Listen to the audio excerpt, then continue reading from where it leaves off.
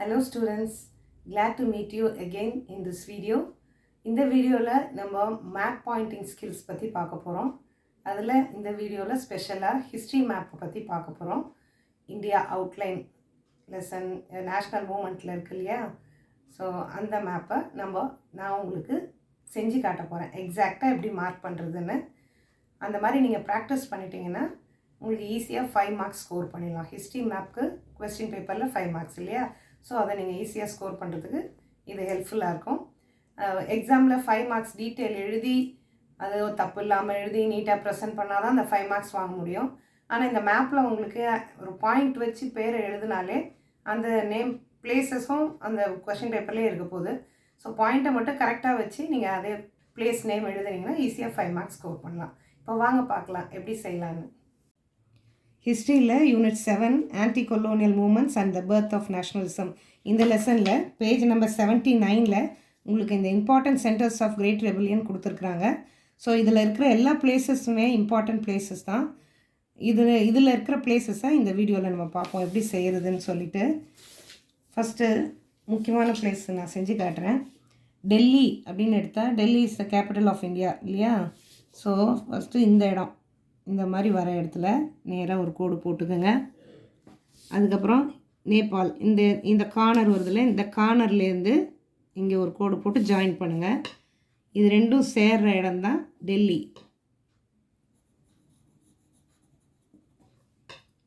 அடுத்தது மீரட். மீரட் இங்கேருந்து கொஞ்சம் தூரம் இப்படி தூக்கிட்டு இதுக்கு சைடில் வரணும். இது பாருங்கள், இவ்வளோ தான் கேப்பு, அதை பார்த்துட்டு இந்த இடத்துல புள்ளி வச்சு மீரட் அப்படின்னு எழுதணும். அதுக்கப்புறம் பெரைலி இங்கேருந்து கொஞ்சம் அவ்வளோதான். இந்த கார்னரை பார்த்துக்கோங்க, இந்த கார்னர்லேருந்து பக்கத்தில் ஒரு புள்ளியை வச்சு பெரைலி. அதுக்கப்புறம் லக்னோ, இந்த வளைவை பாருங்கள், ஃபஸ்ட்டு வளைவு இந்த பக்கத்தில், இந்த வளைவுக்கு கொஞ்சம் முந்தி. ஸோ லக்னோ. இது வைக்கிற பாயிண்ட்டை நல்லா பெருசாக வைங்க, அதுக்கு தான் மார்க்கு. புரிகிற மாதிரி கிளியராக எழுதுங்க. இங்கே பாருங்கள், புக்கில் பாருங்கள், கான்பூர் எங்கே வருதுன்னு நீங்கள் புக்லேயே மார்க் பண்ணிக்கோ. இந்த மார்க் பண்ணிவிட்டு இதே மாதிரி உங்கள் மேப்பில் செஞ்சு பார்க்கணும். ஸோ இதே மாதிரி நம்ம இங்கே பண்ணுவோம். இந்த இடம் எடுத்துக்கலாம்.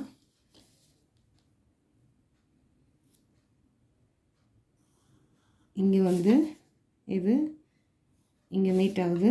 இந்த இடம் கான்பூர். அலகாபாத். டெல்லி ஆச்சு, கான்பூர் ஆச்சு. அலகாபாத் இந்த பல்ஜுக்கு ஆப்போசிட்டில் வரணும். ஸோ இந்த இங்கே பாருங்கள், இங்கேருந்து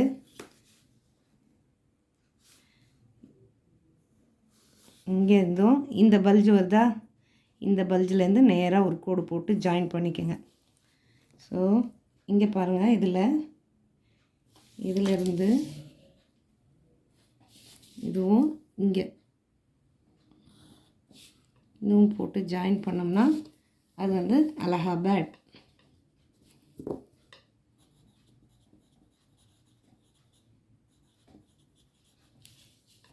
அடுத்தது பராக்பூர். பாருங்கள், இந்த கோடு இருக்குல்ல, இந்த கோடுக்கு பக்கத்தில் இங்கே வைக்கணும். இப்படி வச்சிங்கன்னா இதில் பராக்பூர்.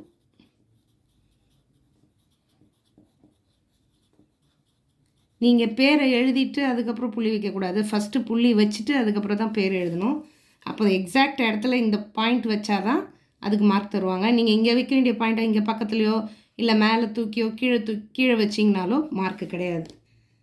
அடுத்தது புக்கை பாருங்கள், ஜான்சி. இந்த வளைவில் சென்டர், இந்த சென்டரும் இது. ஸோ இதே மாதிரி இங்கே நம்ம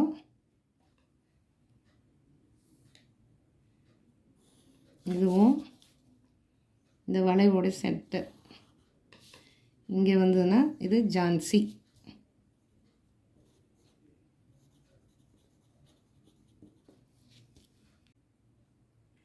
இப்போது இந்த அம்பாலா மார்க் பண்ணலாம். இந்த புக்கில் பாருங்கள், இந்த இடமும் இங்கேருந்து இந்த பல்ஜுக்கு மேலே இந்த நேபாள் வருதையா அதனுடைய ஸ்டார்டிங் அங்கேயும். ஸோ நம்ம இதை இங்கே பண்ண போகிறோம். இந்த பல்ஜுக்கு கொஞ்சம் முன்னாடி, வளைவுக்கு முன்னாடி, அப்புறம் இந்த ஸ்டார்டிங் பாயிண்ட் வச்சிங்கன்னா இது வந்து அம்பாலா. சரியா?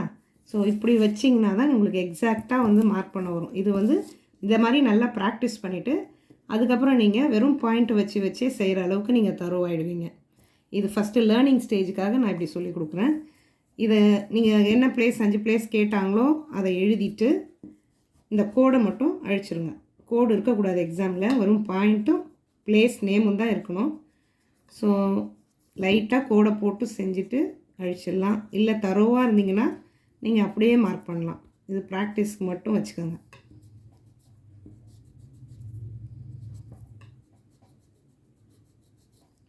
அழிக்கும்போது பார்த்து அழிங்க. வேர்ட்ஸ் வந்து கரெக்டாக இருக்கணும். எது அழிஞ்சிருக்கோ அதை கரெக்டாக எழுதிக்கிங்க.